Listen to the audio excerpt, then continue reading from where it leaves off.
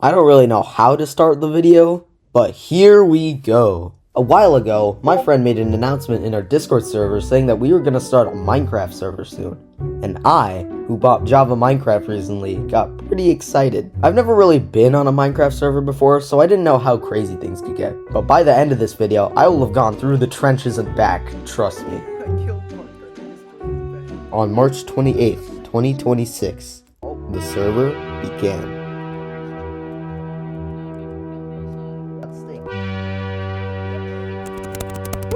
Oh my gosh, oh my gosh. Okay, it's starting. Let's go.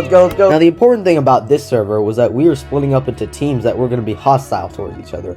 My team, at the start of the server, had my friends Ian, Parker, Daniel, and Liam in it, but I was already forming plans. So the initial idea of the video was just to troll my friends. Yeah, I was going to make a whole video dedicated to just trolling people. Imagine how boring that would have been. Plenty of people have already done that before. Before the server started, I DM'd the owner of the server, my good friend Sawyer. By the way, Sawyer also made my Minecraft skin for me. I just wanted to shout him out. Like, I mean, this looks so good. I wanted to have him help me play pranks on my friends, and he seemed to love the idea. But because of the team situation, that was going to be kind of difficult. I couldn't just meet up with him and leave my team. They would get suspicious. So I just had to make do with what I had. My teammate Liam had to leave the game. He never really hopped back on. I think he's still in the trial chamber today. But that was okay, because I had already got a ton of diamonds and other materials. But then... No! Did I mention that I wasn't very good at Minecraft at this time? This would have never happened today. When I ran back to where I died, I found that all of my stuff was stolen by someone, which really sucked. I died a few more times trying to recover everything I could, but eventually I just went back to find my team, who conveniently made a base near a village that was at spawn. This house had a mine, some farmland, some beds, a crafting table, a furnace. Yeah, we weren't really the richest, but it was all we had. Eventually I went back to mining and I found a trial chamber, which would be important later. Ian and I went to the chamber together and we got a ton of trial keys, but we didn't find any vaults to open them with. We also died a bunch of times, but that's beside the point. I had to leave for a bit, but when I got back, Ian enchanted my pickaxe with a Fortune 1 book he found, which was nice of him. While I was doing some more exploring, some drama unfolded. Oh my god! Sawyer and his friend Evan went to our base in order to make some trade deals, but things got a bit out of hand. He apparently got mad because he was trading to get an ominous bottle, but when the offer was made, Parker wouldn't give him the bottle. I wasn't even near the base when all this happened, so I didn't even fully know what was going on myself. Now, the real reason as to why I was out exploring is because I wanted to look for an area to build a new base. See, I wasn't planning on staying with Ian and his team for too long. I wanted to kind of betray them and join Sawyer's team. This was so it would be easier for Sawyer and I to be in contact with each other, and then we could troll the whole server if we wanted to. And after a while, I found this. A pale oak forest with a huge lush cave inside of it. I thought it looked super cool and I was definitely going to build a base here. But first, I noticed something else.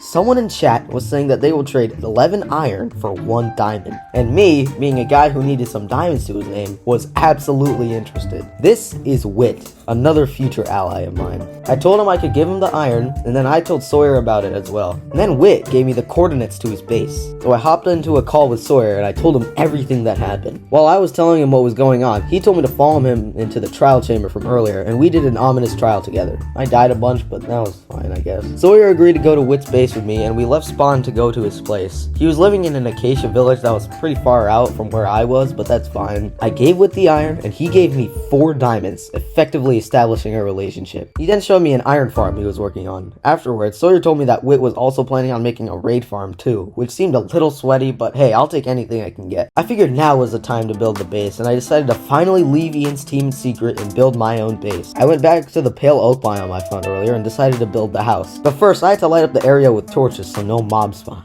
And then, I got to work on the building.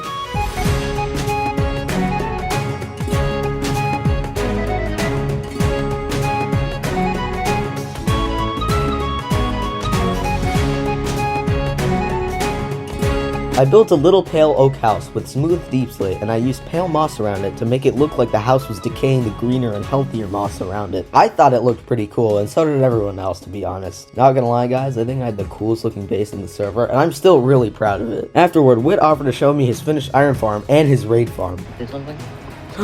Oh, he's showing me it. I then built a nether portal in the mangrove swamp near the raid farm and went to the nether to find the nether coordinates of my base. See, traveling 1 block in the nether is equivalent to traveling 8 blocks in the overworld. This means if you want to go to somewhere in the overworld through the nether, you take the coordinates that you want to go to and divide them by 8, and then build a portal in those new coordinates in the nether. My base was at the coords -1465, so the nether chord equivalent was -125.58. Now this is where some real serious stuff happens. What happened in the nether probably changed the entire course of this whole video. It turned my closest allies into my worst enemies. I'm not even kidding, guys. I'm serious. While trying to find the chords to my base through the nether, I found my friend James. James was on my team with my friend Evan, but they were Sawyer's enemies. So technically, I was enemies with James too. That just didn't register. We hadn't seen each other since the very beginning of the server, so of course, we wanted to say hi to each other. James helped me down from the bridge I made, and he gave me an enchanted diamond pickaxe with efficiency 1. Now, the really important thing here was that I saw Sawyer's nether portal and unknowingly told James that that was his enemy's nether portal. So here's the thing. I've been to Sawyer's base before. I needed obsidian to make a nether portal to Wit's base, and Wit, who's basically allied with Sawyer, showed me Sawyer's base so I could mine some obsidian there. So imagine how bad it must have been when Sawyer saw James come out of his own nether portal even though he shouldn't have known where it was. I didn't record this, by the way. I wasn't online. I came back onto the server, and when I joined the Discord, Sawyer immediately said this. Bro, why did you leave James? He thought that someone must have told James where the portal was so James could find Sawyer's base. And that person was suspected to be me, which it kind of was. But this was really bad because now they think I'm a traitor. James immediately got into a one-on-one call with me and told me what happened. The thing is, even though James didn't know exactly where the base was, he could use the pie chart in the F3 menu to find chests. And then James said this. I was going to offer you, like, as a team. Sawyer is a really threatening adversary. He seeks for bloodthirsty revenge when he gets angry, so honestly, I had no choice but to go into hiding with James and join his team. And then, Sawyer sends me this, followed by another cheeky message. He just kept pressuring me in the chat. This genuinely freaked me out. I mean, listen to our reactions. Dude, he's gonna kill me. This is so scary. I need to get out of here. Oh my god, this is terrifying. Dude, this is actually terrifying. Oh my god. Whit found out too, so now pretty much everyone was mad at me. I was genuinely fried. I could not escape this whatsoever. But now, I have James as an ally. He showed me a nether portal that led to his base, and we went through. James lived in the wall of a cave. He had a ton of diamonds, and I used them to make a full set of diamond armor. My plan was to tell Sawyer that when I got his messages, I got so scared and I used all my diamonds to make a full set of armor. Little did he know, I used James's diamonds, and I still had a bunch that I got from my prior mining trip. But now, our team had a goal so incredibly challenging, it would be harder than beating the Ender Dragon. Our goal was to kill Sawyer and his teammates. But how could killing one player be so much harder than literally beating Minecraft? Well, first of all, beating Minecraft isn't very hard to start with, but that's beside the point. Sawyer specializes in mace PvP, which is probably the scariest PvP in my opinion. Like, the wind charge sound just gives me PTSD, bro. I literally can't. The mace is just overpowered in general. It can do over 50 hearts of damage in one shot. And Sawyer had definitely been doing some mace grinding, that's for sure. His teammate Rai is also a really good mace PvPer, so we were in some real trouble if either one of them got their hands on a mace. Whit was also on their team, which meant his iron farm and raid farm were basically theirs too. But here's the thing, my teammates James and Evan were also good mace PvPers. If we could get our hands on a mace, we could actually stand a chance. We also outdo Sawyer through our numbers. Our team isn't just James, Evan, and I. There's Evan's brother Jenton, our friend Michael, and Ian, who was on the team I betrayed at the very beginning, also joined our team later. Ian also built a new base in a desert village after his old one got struck by lightning. With our big number of players, we could get a mace and possibly overwhelm Sawyer in the future, but for now, I had to gear up, because there is no way I could kill Sawyer with basically nothing. I then went back to my base and decided to mine some quartz to get to level 30. Getting to level 30 would be necessary to get the best enchantments for my gear. If we were going to kill Sawyer, then I needed some pretty good stuff. But then... Evil. Yeah. No. Oh my god, oh my... I lost all my levels. Luckily, not all of my stuff burned in the lava, so I was fine for the most part. But it was gonna take a long time to get back to where I was before. And then, tragedy struck again. I built this neat little zombie pigman XP farm to get levels quickly, but while I was trying to lure pigmen into the farm, a ghast fireball hit me, and all the pigmen who were aggroed by me started chasing me. And then I died. Over and over and over. And then Parker, who was in the call, had the audacity to say this. The bro keeps dying. I'm gonna go kill you, Parker. I'm actually gonna go kill you. Yes, now I wanted to kill Parker with incredibly malicious intent. And I was dead serious about this too. Man, and I hope you die. And then the zombie picks up all your stuff and then kills you with that.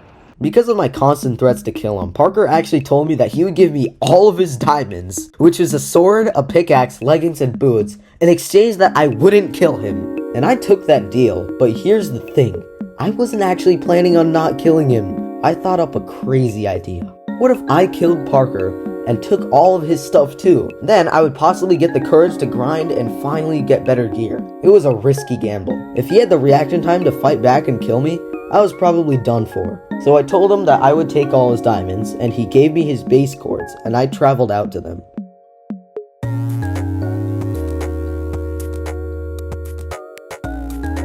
I didn't even bring a sword. I didn't even bring like a... Yo! Take that. Alright, thanks, bro. Yeah, wait, let me see your... Back up and see your stuff. This is my base. It's not. Oh, yo. No way. How do you make an anvil? Don't you need? Oh, you need 3 iron blocks and then 4 regular iron. Ow. Oh my god!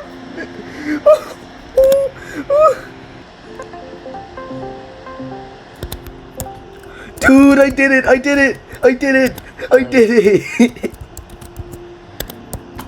Oh my god! James, I did it. No, W. I killed Parker and I destroyed his bed. I found a ruined nether portal nearby, completed it, and decided to go back home. Since we are teammates now, James came with me to check out my base. There was a village near my base, so we decided to grab some beds there.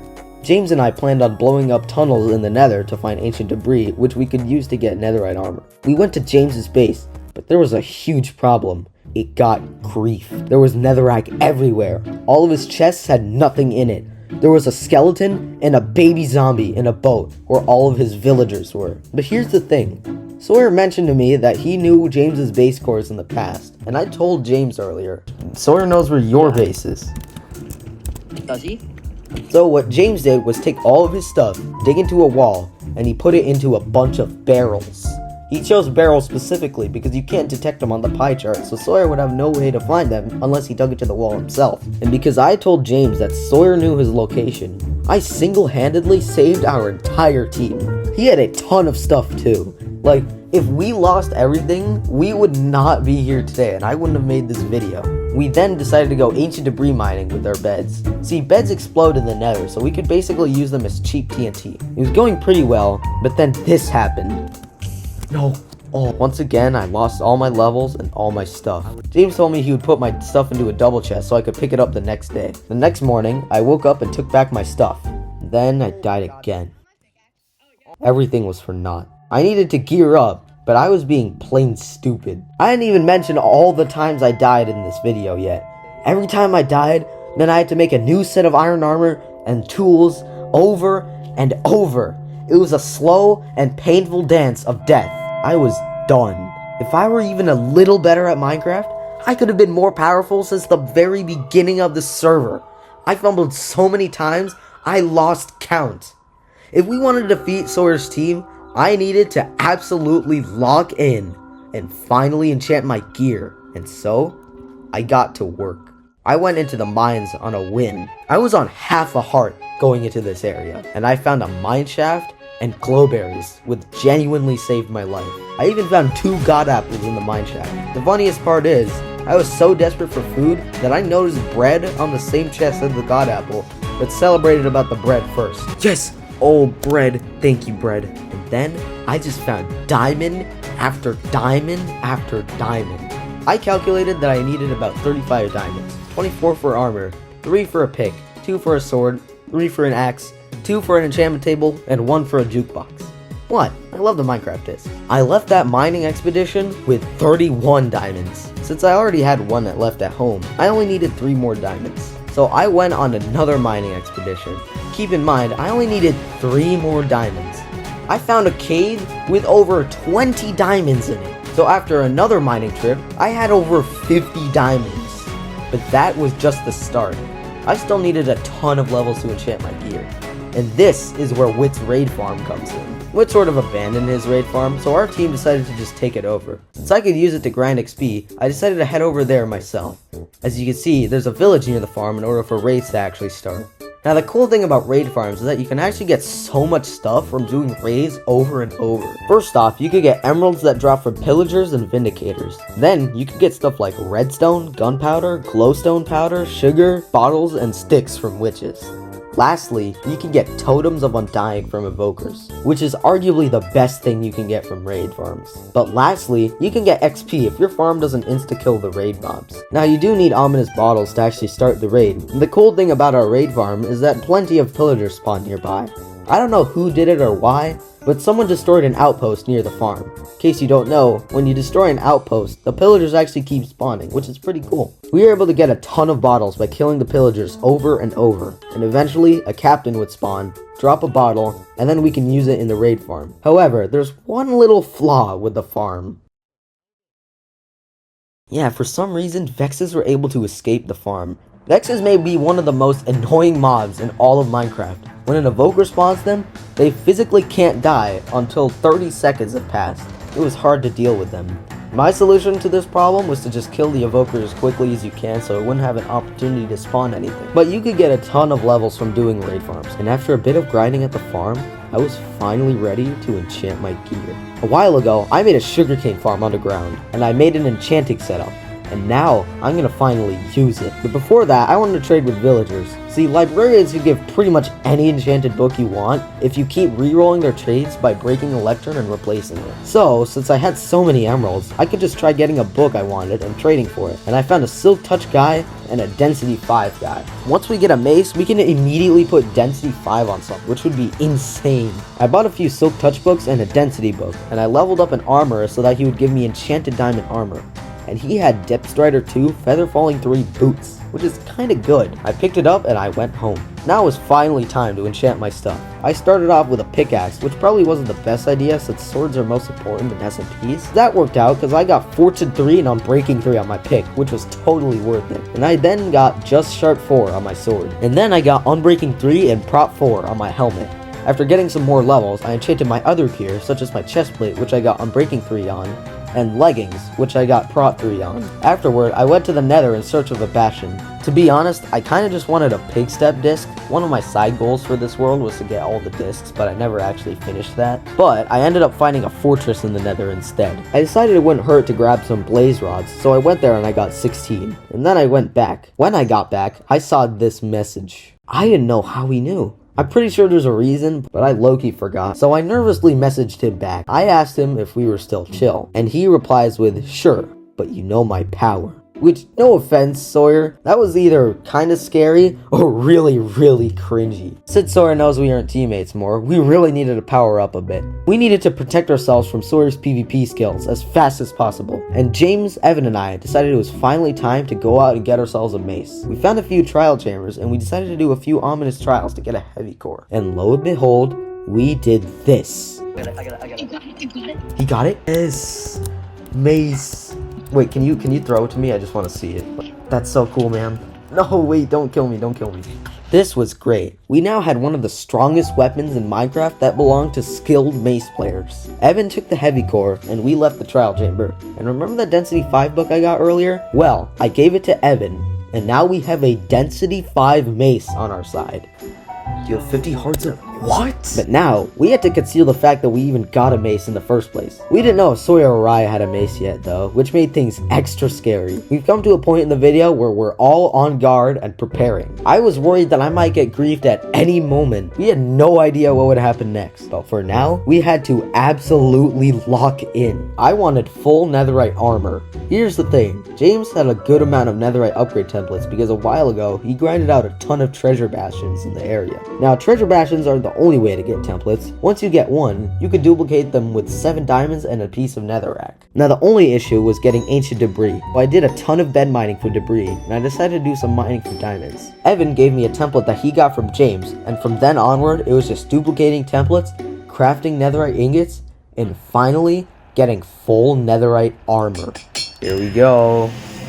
Cover me in debris. Evan had a few useful villagers, such as a Prot 4 villager and a mending villager. He gave me 6 mending books and 4 Prot 4 books. And suddenly, I had full mending Prot 4 netherite armor and a mending pickaxe and sword. I was pretty strong. Now all that was left was getting another mace. We wanted to get one for James, but he was kind of busy. So Evan and I tried to find another trial chamber to get a heavy core. Our friend Sam joined the server late, but wanted to join our team and come with us to the trial chamber. I tried finding a few, but I noticed I was really running low on food. We didn't really have a good food source, so I made a cry in for help in chat. Wit said he'd give me food, so I gave him the coordinates to my location. I didn't actually record any of this, unfortunately. I'm sorry, I thought it wouldn't be important. Evan was with me, and he thought it would be funny to jump him with a mace attack and kill him. So, when Wit came to our location, he gave me the food, and Evan very obviously jumped from a pillar to mace him. Wit ran away, and we chased him into a cave, but when we cornered him, he logged off the server. This is known as combat logging, which was against the rules of our server. But anyone who's played on an SMP before knows that the #1 rule of any SMP is to never let anyone see where you logged off. In short, we dug a giant pit where he was. I then logged off, and when I logged back on, this happened.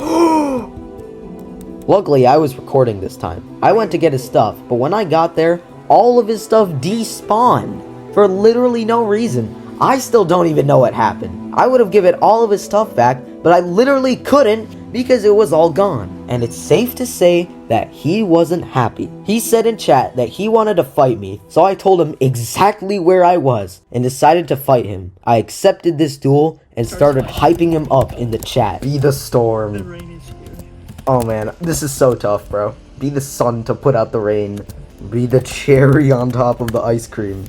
I wanted to build a giant netherrack pillar, jump down, and pop a totem right in front of him just to show off, and then I would absolutely decimate him in combat. He only had full diamond armor, and I had full Prot 4 netherite.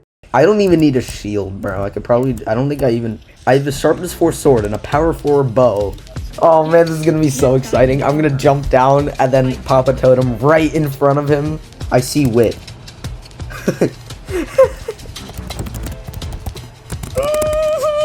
This is gonna be so cool. Can you see it? Can you see it?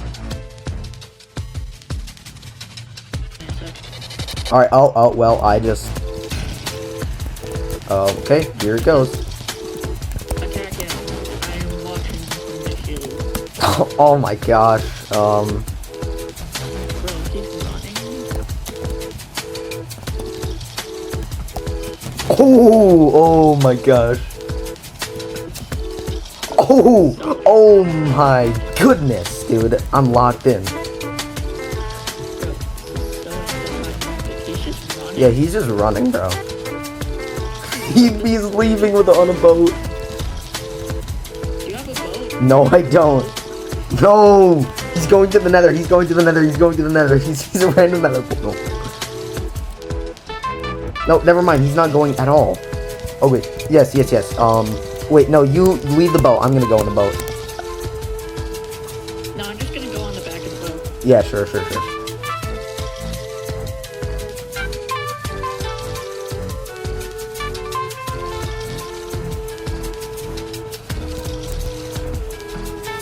Oh wait, he's going on land. Actually, he's not going on land. He has the advantage in water. Okay, range-wise, I definitely have the advantage, but I'm not very good with aiming. Alright, let's go.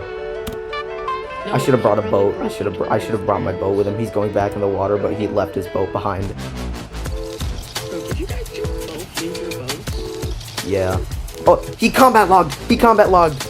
I cornered him into a desert while we were swimming, and right when I was going to finish him off, he said this in chat and logged off underwater. He combat logged again! I couldn't just let him go that time. he voluntarily challenged me to a duel and ran away like a scaredy cat. I had to make him pay, and made him pay, I did. I started by building a platform on top of the water so that in case he respawned on it, I could easily finish him off. But then I figured that's not enough. So I used some netherrack I had to set the floor on fire for an infinite amount of time so that he would potentially burn to death. Then I built around the platform an enclosed chamber with multiple layers of blocks so that it would be harder for him to break out. In case he spawned below the platform, I enclosed the bottom with even more blocks and sealed it away from the outside. This means if he spawned under the water, he would drown to death. It would be harder for him to mine out since he has to mine underwater. But that's not enough. I made the underwater chamber multiple blocks thick. While I was building everything, Wit logged back on, and he immediately saw what I was doing and left. Turns out I wasn't really building in the right spot, so I changed my trajectory and made sure that he would be trapped. To top it all off, I added a sign on the top of the chamber that read, "Here lies Wit, a dirty combat logger." Then Ian came by where I was, and he wanted to help me build the trap. Now Ian actually has a little secret. He had a plugin that allowed him to see exactly where people logged off. He's right under this block. Oh, wait, yes, thank you. This actually helps. Now this is definitely cheating, but that actually really helped me out here. We were now able to serve justice to Wit. And because we know exactly where he logged off, we were able to build a more effective trap.